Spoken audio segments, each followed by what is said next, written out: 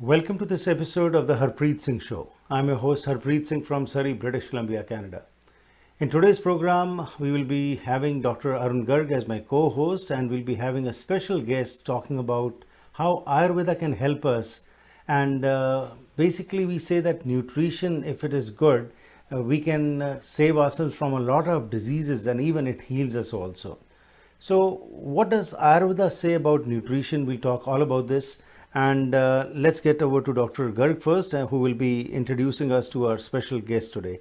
Dr. Garg and Dr. Martina Ziska, welcome to the program. Nice to be with you again, as always. Thank you, sir. It's great pleasure for me to introduce our special guest today. Dr. Ziska has been with us on a previous occasion, but today we'll be bringing very special session on role of ahar or food and the whole Annamaya Kosha and Ayurveda in the modern science with the modern perspective. So Dr. Jiska is a medical practitioner, graduated from Charles University, Faculty of Medicine, and went on a journey of self-search, was doing residency in neurology, was working in the United States, but there was something searching deeper in self-realization, which led to her spending time understanding about yoga, Vedic philosophy, and Ayurveda. Currently, she is a teacher of Ayurvedic medicine. She has a clinic in Czechoslovakia, and she's visiting North America currently and sharing her wisdom on Ayurveda. So wonderful to have her as our guest, and looking forward for the conversation over next few minutes. Absolutely. It's going to be a great honor, and we're going to learn a lot today. So, Dr. Ziska, as Dr. Garg has pointed out, our focus today is on ahar, and that means nutrition. So, you have a lot of experience working in this field. So, take us on this journey today as to how we can also take control of our health, because right now it is said that it is because of the wrong kind of nutrition that we are having. We are having a lot of issues and challenges in our physical as well as mental streams. So, over to you, and please take us on this journey today.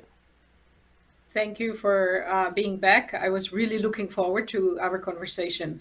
Food is a huge topic. It's an important topic. It's confusing topic, and I think it's nervousness causing topic because we are the only species who are not clear about what is good for us to eat. And I think rightly so, because if you think how life is sustained, how we are sustained, how our body is sustained, it's through food. It's a phenomenal concept if you think of it. Whatever you put in your mouth, whatever you eat, turns into your tissues, into your organ, into your body, into the energy, fuel that you have to go through life and do everything that you want to do or that you need to do. So the food that you eat becomes human. Just if you think of that, that's just such a profound thing.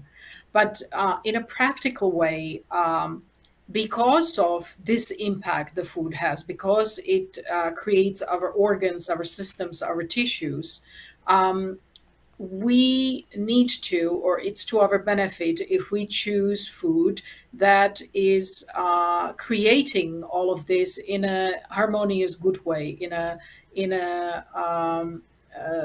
way that supports us in a supportive way. And there is always the question, what should I eat? This is the most common question that we hear as Ayurvedic practitioners. And I think, unfortunately, Ayurveda is very much equated to tell me what food is appropriate for me. But it might surprise you very much that in terms of feeding ourselves or nourishing ourselves, there are three aspects: is when, how, and what. And the what is actually the least important, because if the when and how is not there in the proper way, then what I am eating, even if it's the best, most appropriate food, is not going to have a chance to do its supportive business and turn into the right tissues and nutrition and all of that. So we really need to pay attention first to when, because that's given by the nature, then the how we go about it, in which fashion we feed ourselves and how we approach the whole topic. And then lastly, but not least importantly, of course, there is what food we select to be as appropriate for us. Absolutely. And a lot of research has been done which points out that because of our dietary habits, we are facing a lot of challenges as far as physical and mental health is concerned. But despite that, still in the medical fraternity, this aspect is not given much consideration. No doubt there is much awareness now, integrative thinking is coming forward. But still, this is just left to the background, and then it's not seen as an important aspect. Dr. Ziska, what do you have to say with your experience, how nutrition has helped thousands of people come out of the ailments that they had, and also for a better life style? I will just very briefly share two very personal experiences. One is with my father when I was 15. He was 45 and had a massive heart attack. He almost died. He was a young man, lived under lots of stress, not a healthy lifestyle. And there was no help for him in the medical other than taking medications. And so my mother, as it goes, has decided to take things in her own hands and changed diet for the entire family, and also exercise and many other things, yoga, meditation, the health supporting lifestyle, I might say. And she said, we have to support him. The whole family has to do this program. And my father returned not only to full health, but when he was leaving this world in very advanced age, which was due to accident, not due to his health, he was in perfect health. So what I have seen is that as you age, you can actually improve your health status if you do the right things for yourself. He was not a fanatic. He enjoyed life. He enjoyed sweets and everything. But he had a different mindset, and he did things that supported him. So that's one experience when I saw this incredible power of that we can change our body with the right food. The second is working with thousands of people. When I started Ayurveda, we had no herbs, we had no supplements, we had no medicines, we have no Ayurvedic medicines. It was just lifestyle changes and dietary changes. And I seen unexpected, tremendous changes in the health status of people for chronic, long-standing diseases. I don't want to say that it's a cure all, there is no such thing. But in Ayurveda, we say about 50%, because we are a physical body, we are physical beings, about 50% has the impact on our health. Now, I think I need to mention one thing when we speak of food and diet and nutrition and all of this, which is our topic, that there is a difference between what we put in our body, and there is a difference in what our body is actually using and can use and how it's using it. And the difference makes digestion. So in Ayurveda, the key importance, rather than again to what food we put in ourselves, is given to the strengths of our digestion, which is through digestive fire and the whole ability of the body to take from the food to nutrients and to use them in the appropriate way. Digestion and digestive power, it has some signs how it goes, but one of the hallmark of it is good hunger, natural hunger. And it's fascinating how many people when I speak to them, they don't have a concept of what it is to be hungry. There is a difference between cravings. There is a difference between weakness, hypoglycemia, which we all equate with the hunger, which is something different than the physiological hunger that appears at the right time, in a regular manner, with accompanying signs that are signs that this is actually a normal activity. So I think we need to pay attention to the digestion, our Right. ability to digest, rather than specifically again to individual foods. Absolutely. Great. As you talked about digestion also, I would like to know about, how the importance of gut, because it's said it's the second brain. It's time for a break. We'll go for a break and we'll get in Dr. Garg also involved, because he's also very passionate about spreading this information, and he always talks about what, when, where, and how much to eat. So we'll talk all about this. Let's go for a short break. We'll be back and we'll continue with the discussion. ਹਰ ਰੰਗ ਹੈ ਸਾਡੇ ਕੋਲ, ਹਰ model, ਹਰ ਇੱਕ ਦੀ ਆਪਣੀ ਵੱਖਰੀ ਪਹਿਚਾਣ। ਅਸੀਂ ਇੱਕ ਪਰਿਵਾਰ ਹਾਂ, ਸਾਡਾ ਕਰਮ ਹੈ ਅੱਗੇ ਵਧਾਉਣਾ, ਸਫ਼ਰ ਨੂੰ ਸੌਖਾ ਬਣਾਉਣਾ। ਬਸੰਤ ਮੋਟਰਸ, ਤੁਹਾਡੇ ਨਾਲ, ਤੁਹਾਡੇ ਕਰਕੇ। है जुल्म ढाने का अंदाज भी कितना हंसी, हमारी जान पर बनाई है जब जब उसने अंगड़ाई ली। कभी खामोश रहते हैं, कभी शोर होता है।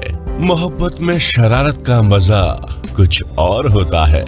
दिल को जज्बात का तोहफा, खामोशियों को बात का तोहफा, खूबसूरती में जड़ी नजाकत अदाओं की चांद से मुखड़े को चांद सा तोहफा। भारत ज्वेलर्स, सच्चे प्यार की चमक जैसा। पायल बिजनेस सेंटर सरी। ਕੀ ਤੁਸੀਂ ਸਰੀ, ਡੈਲਟਾ, ਰਿਚਮੰਡ, ਐਬਸਫੋਰਡ ਜਾਂ ਵੈਂਕੂਵਰ ਵਿੱਚ ਨਵਾਂ ਘਰ ਬਣਾਉਣ ਬਾਰੇ ਸੋਚ ਰਹੇ ਹੋ, ਜਾਂ ਫਿਰ ਪੁਰਾਣੇ ਘਰ ਨੂੰ ਰੈਨੋਵੇਟ ਕਰਨਾ ਚਾਹੁੰਦੇ ਹੋ? ਤੁਹਾਨੂੰ ਲੋੜ ਹੈ ਇੱਕ ਤਜਰਬੇਕਾਰ ਬਿਲਡਰ, ਇੱਕ ਕ੍ਰੀਏਟਿਵ ਇੰਟੀਰੀਅਰ ਡਿਜ਼ਾਈਨਰ ਦੀ, ਜੋ ਤੁਹਾਨੂੰ ਸਹੀ ਤਰ੍ਹਾਂ ਗਾਈਡ ਕਰ ਸਕਣ ਤੇ ਤੁਹਾਡੇ ਸੁਪਨੇ ਦੇ ਘਰ ਨੂੰ ਉਸਾਰ ਸਕਣ। ਅੱਜ ਹੀ ਕਾਲ ਕਰੋ ਹਰਪ੍ਰੀਤ ਜਾਂ ਸੰਦੀਪ 6048259295 ਉੱਤੇ।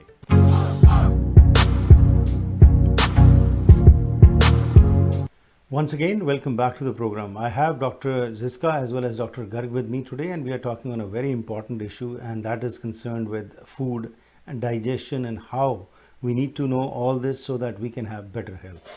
So before I get over to Dr. Ziska, Dr. Garg, from what Dr. Ziska has pointed out, would you like to add something? Well, I think it's just music to my ear, what she has to say. And, I must say with our listeners and our viewers, this is a practical show, and we want to be very practical in what we are saying.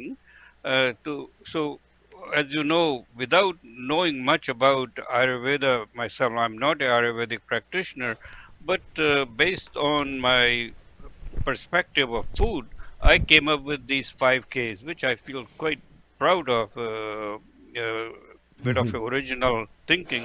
And most important was kab khate ho, when you eat, kitna khate ho, how much you eat, kyon khate ho, why you eat, kaise khate ho, kya khate ho. And then as I delve into Ayurveda a little bit, to my wonderful surprise, that's exactly what Ayurveda prescribes. And that's what Fantastic. Ayurveda, that's what Ayurveda is. And so I was really delighted. So this is a very proud moment that a practitioner of Ayurveda like Dr. Martina has reaffirmed that. So what I want to share with our listeners, and I'll be interested in Dr. Martina's perspective, the precision medicine with Ayurveda is, as I understand, Ayurveda describes individual as a sum of elements, and based on that is you are formed who you are. And that describes the attributes of your body. And you alluded to gut as part of it, but also digestion and the energy. And to make some rather complex observations simple, I think Ayurveda says that you are the individual, and your food should be individualized according to who you are, based on its attributes. And then concept of sattvic, rajasic, and tamasic, not only in food but in personality comes. So I think it'll be worthwhile to share with our viewers that what we are talking about is really based on the precision nutrition and precision science. And the biggest role Ayurveda plays, in my opinion, is in health promotion and illness prevention. Obviously, it's important in disease management, and I'm working with a colleague of mine in bringing out the pure biochemistry of food. Because what I find fascinating is that this is all biochemistry. Precision nutrition and Ayurveda really is describing the biochemistry of the food on a on an individual basis. And I am doing a project with a friend of mine or a colleague in this nutrition. So we are taking it to the next level. And I think Ayurveda knowledge will help. So I would say I'd just like to hear a little bit more from Dr. Ziska on the prescriptive nature of Ayurveda food as it based on the individual, Right.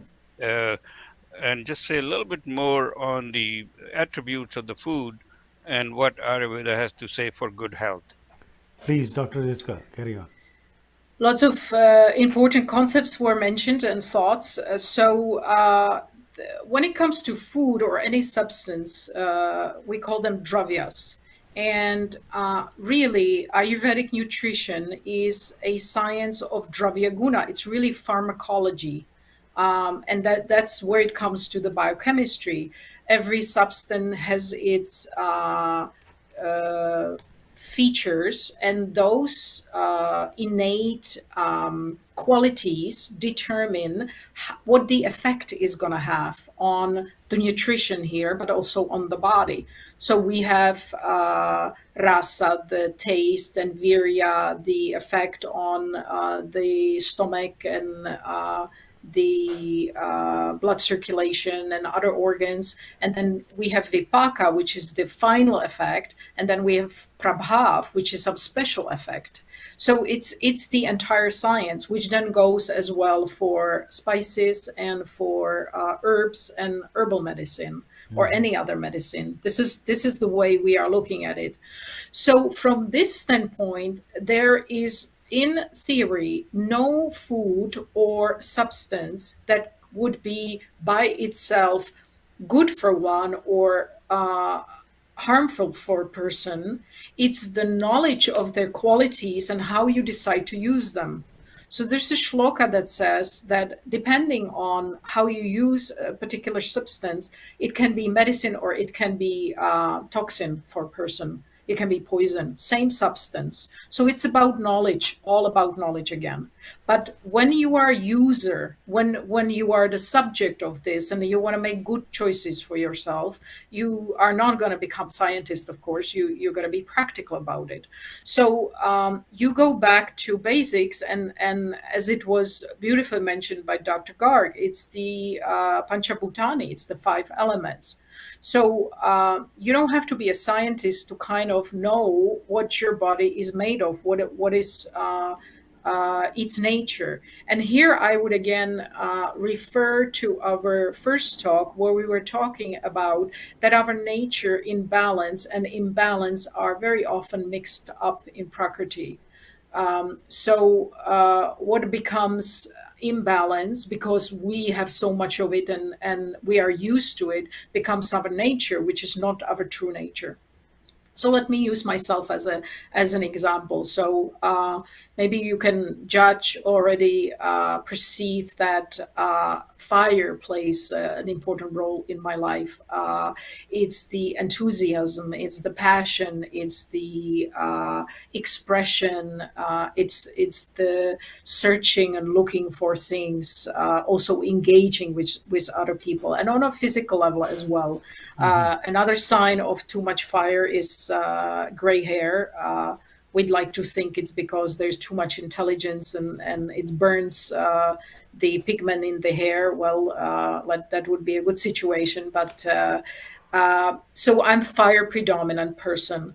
And second part of my constitution is kapha, so pitta kapha, which is water and earth.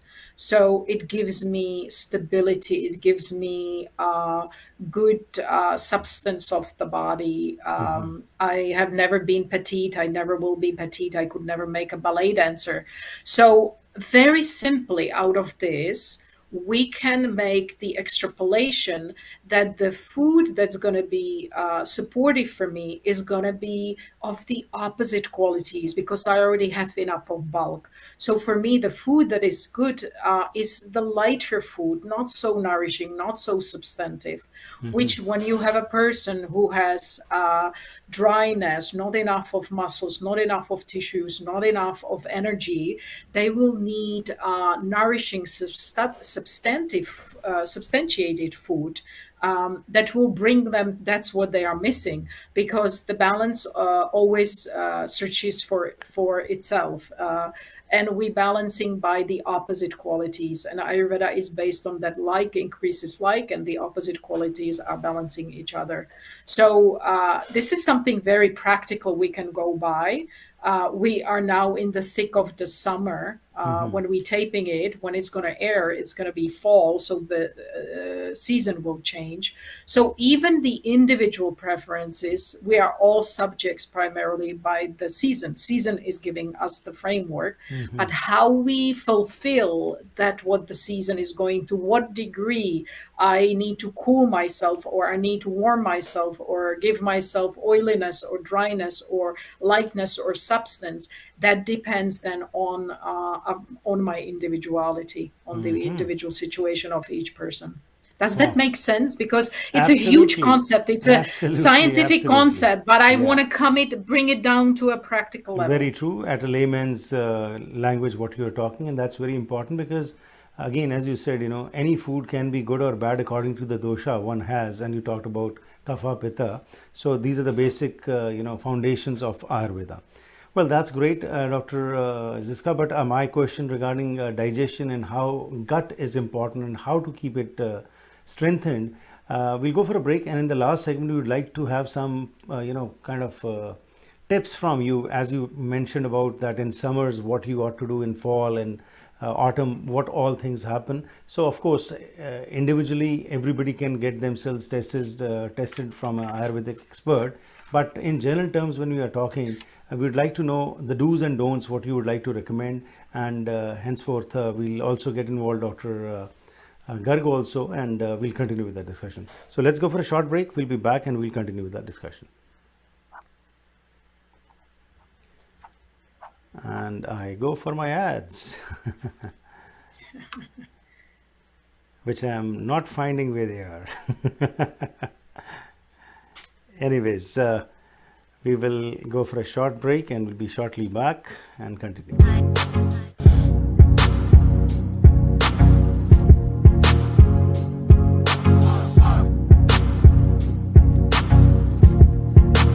Once again, welcome back to the program, and in today's program we have two special guests, Dr. Arun Garg and Dr. Martina Ziska, who is an Ayurvedic expert.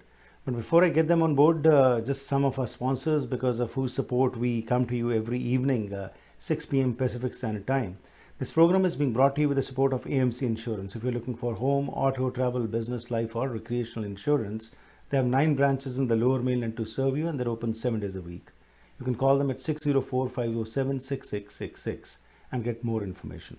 Our next sponsor is Agnihotri Immigration. If you're wanting to come to Canada, you're a temporary status person, or you are a PR, or you want to sponsor parents or grandparents, or get foreign workers, you can take the advice of Neera Agnihotri, who has been working as a certified immigration consultant since 2006.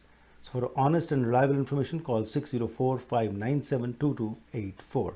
So let's get back our guests and continue with the discussion. So once again, welcome both our esteemed guests. And Dr. Ziska, if you could just talk about digestion and what role does gut play in it, and why is it that today we are facing problems as far as digestion is concerned, and from here many other problems start? You keep bringing back gut, and I'm glad that you are so insistent, because this is a extremely important place.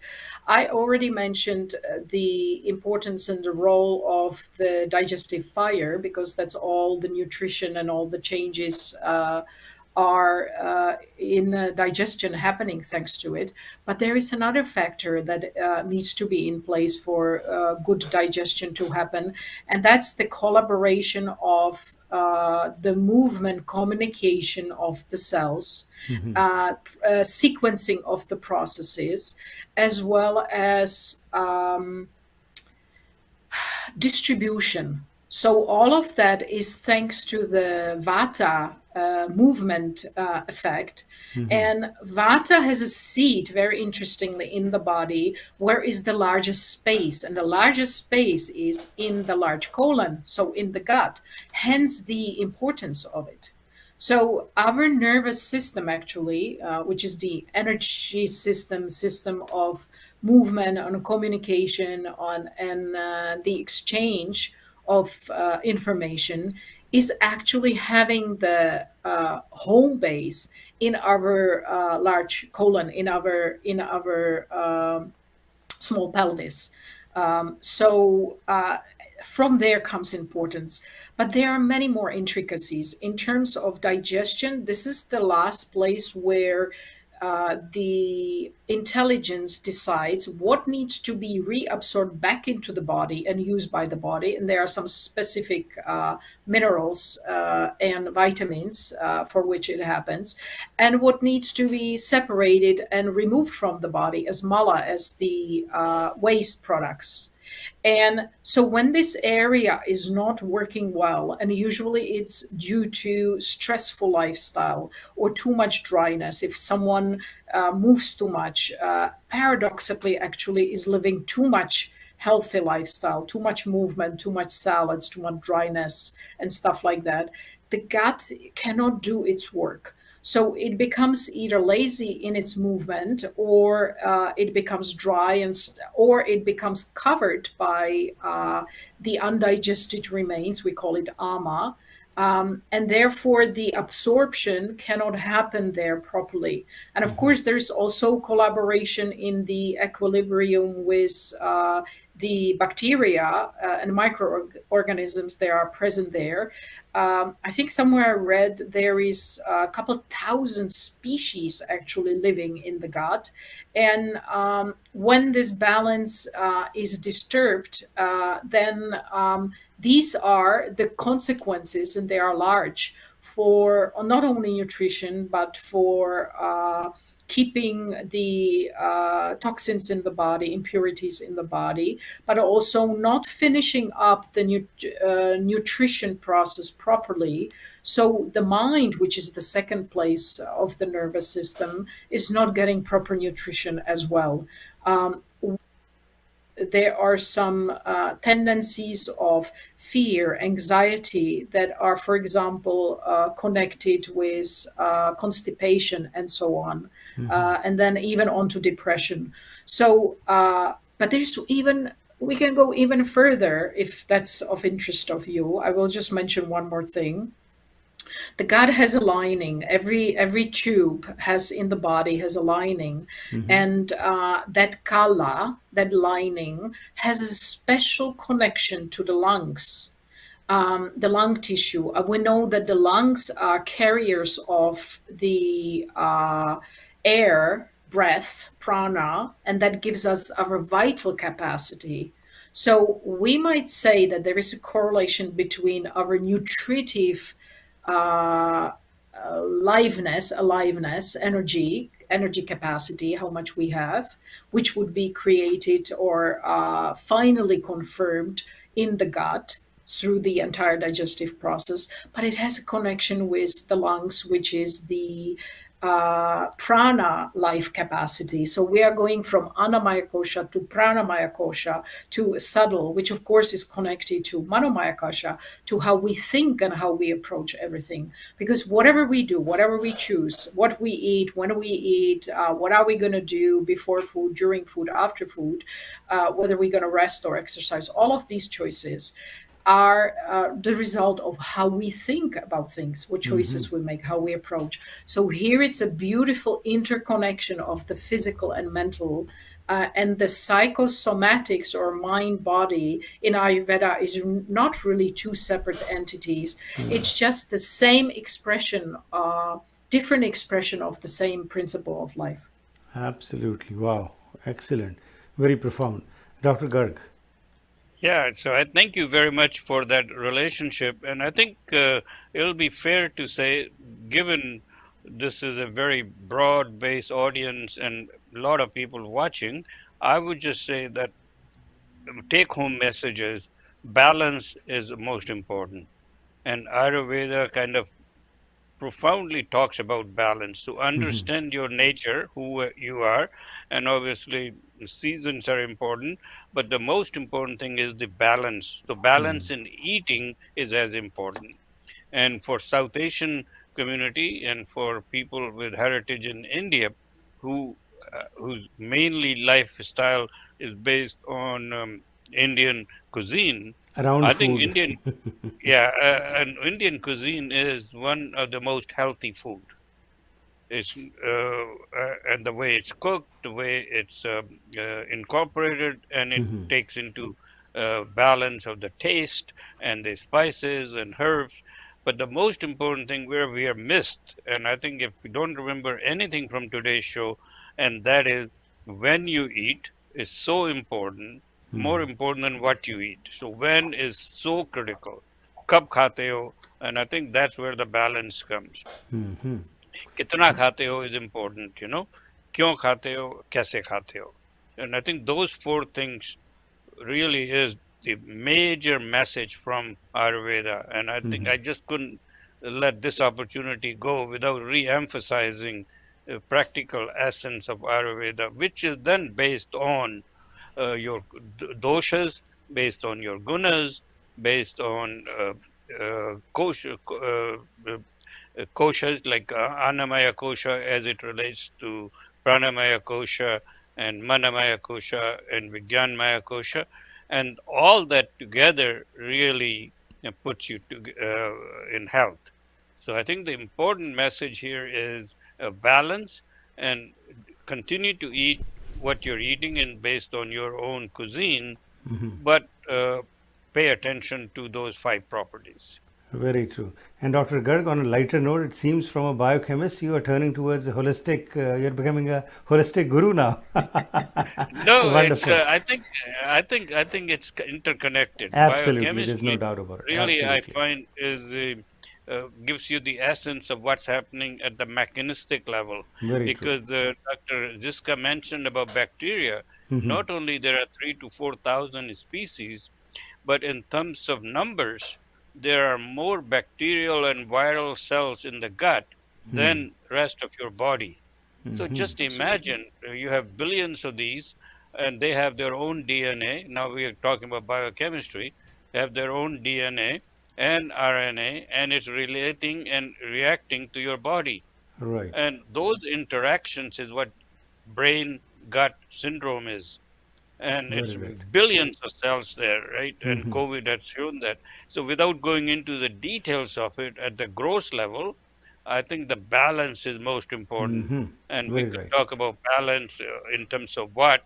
The Yeah. only thing I think we'll be remiss not to re-emphasize the place where our dietary habits have lost their balance is that we do not balance biochemical constituents between carbohydrates, proteins, and fats. And we have become too much of the simple carbohydrates because of the industrialization of the food. And I think that needs to be checked. That's the only area where people need to pay attention and reduce on those simple carbohydrates because of rapid absorption and again the Right. role of the gut. But I think in all essence, I think it's a very positive story. And by understanding the application of Ayurveda, we can really be a very healthy living. And all you need to do is small change. You don't have to Right. make big changes Very and right. the balance. Absolutely.